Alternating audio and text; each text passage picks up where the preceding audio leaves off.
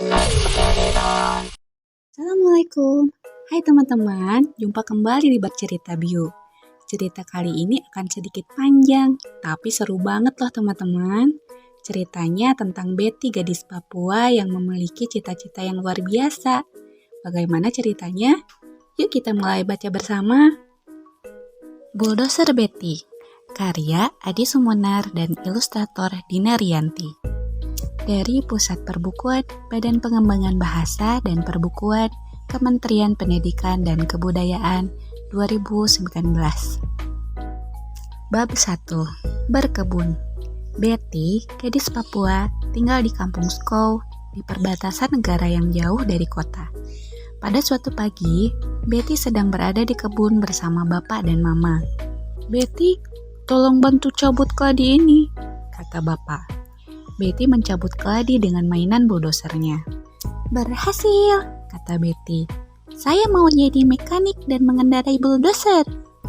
"Iya, kalau sudah ada uang, kamu bisa sekolah biar pintar dan meraih mimpi kamu," kata mama. Setelah membantu orang tuanya di kebun, Betty baru bisa bermain dengan teman-temannya. "Ayo kita main di hutan," kata Betty mengajak Obed temannya. "Siap," jawab Obed. "Ayo kita berburu kuskus. Kita bisa lewat jalan setapak yang kamu buat kemarin." "Setuju, jalan itu pasti sepi. Jadi masih banyak binatang di sana." "Kamu duluan saja," kata Obed. "Kamu kan hafal hutan ini."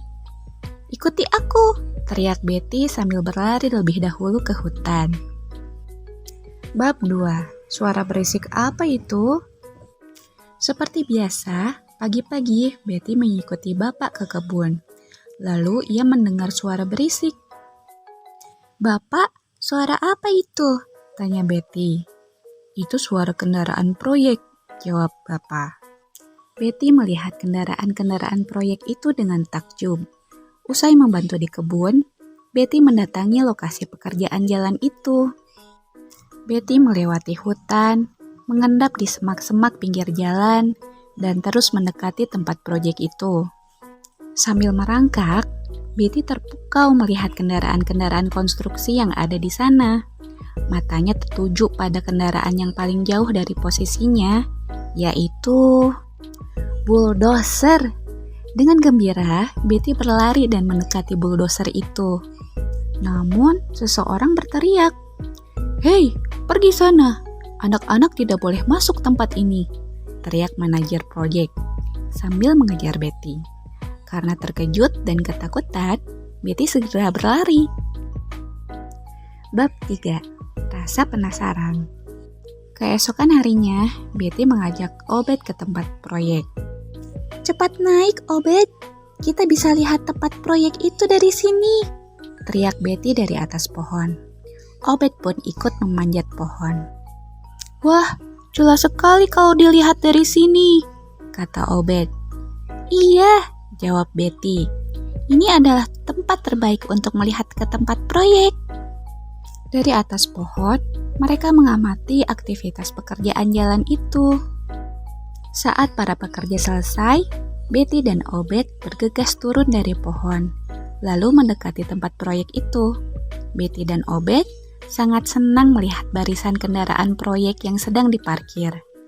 "Wah, besar sekali," kata Obed. "Ayo kita lihat lebih dekat." "Sabar, Obed. Di dalam kantor masih ada orang," kata Betty. "Itu orang yang mengusir saya kemarin. Tunggu dia pergi saja." Manajer proyek itu terlihat sedang menyiapkan upah para pekerja untuk dibayarkan esok hari. Setelah menunggu, akhirnya manajer itu keluar, menaruh tasnya di tanah, lalu mengunci pintu kantor. Setelah itu ia pergi begitu saja tanpa membawa tasnya.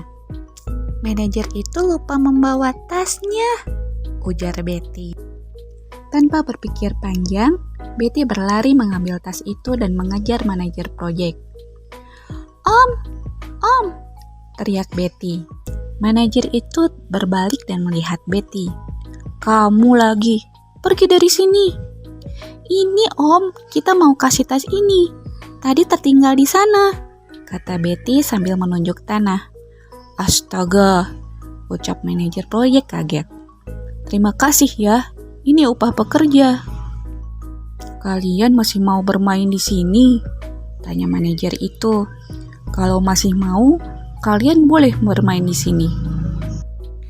Beneran Om? Tanya Betty. Kami boleh main di sini? Boleh main bulldozer juga? Iya, boleh. Tapi untuk hari ini saja. Besok jangan main ke sini lagi. Baik Om, kata Obed dan Betty bersama-sama. Mereka berdua asyik bermain di atas kendaraan proyek sampai-sampai mainan Betty tertinggal di atas bulldozer. Terima kasih, lanjut di part 2 yuk. Part 2 dimulai. Bab 4, tertangkap. Pagi-pagi, Betty ke tempat proyek itu lagi. Di mana ya bulldozernya? Gumam Betty. Oh, itu dia. Saat itu, para pekerja sedang menghentikan pekerjaan mereka karena kondisi tanah di depan jalur yang mereka kerjakan ternyata amblas. Saat ingin mendekati bulldozer, Betty melihat manajer proyek itu sedang menelpon. Betty buru-buru bersembunyi. Diganti?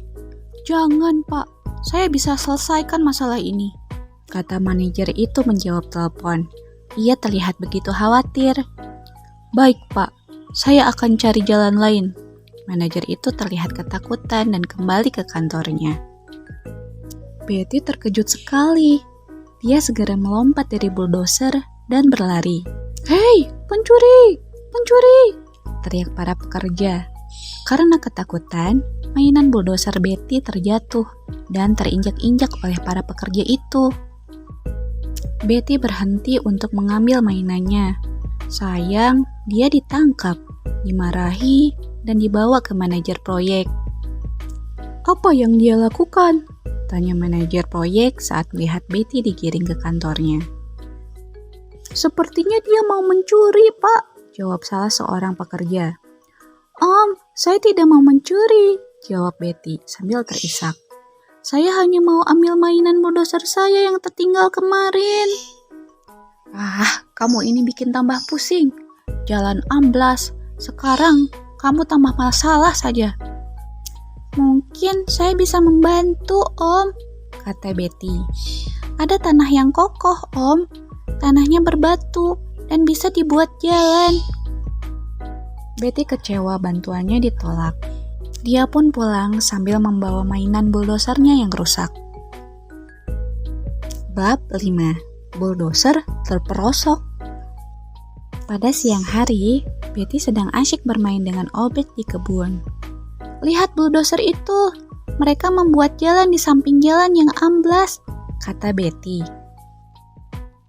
Bukannya itu dulu jurang dan tertutup longsor ya? Tanya Obed. Iya, bapakku pernah cerita begitu. Ayo kita ke sana. Apa yang mereka lakukan itu berbahaya.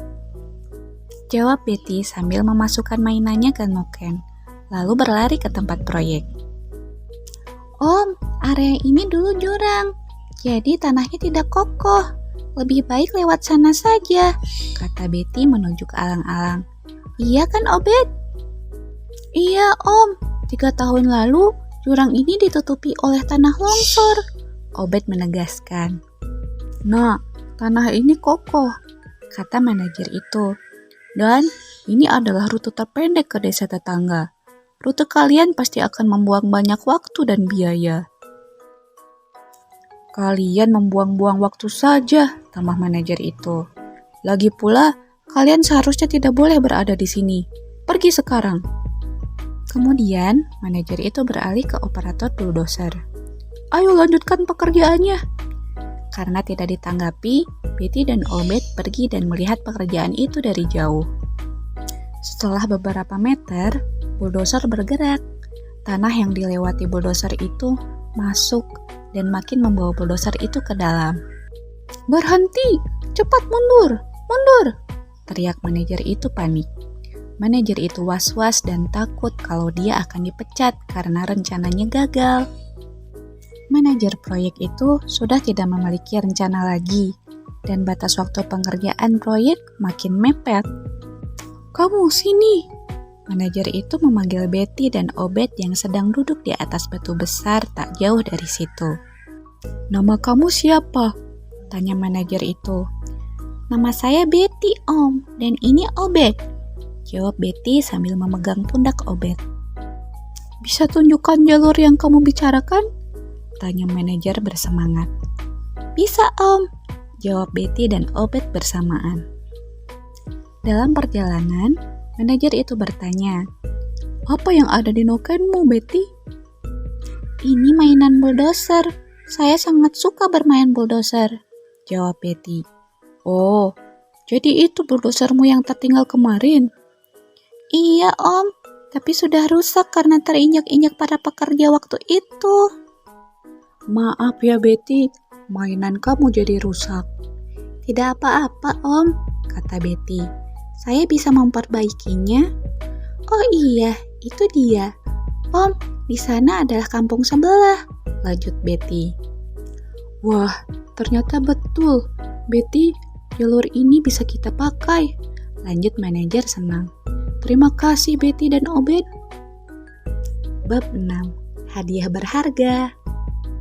Malam berikutnya, ketika Betty selesai memperbaiki buldozernya, sebuah mobil perusahaan berhenti di depan rumahnya.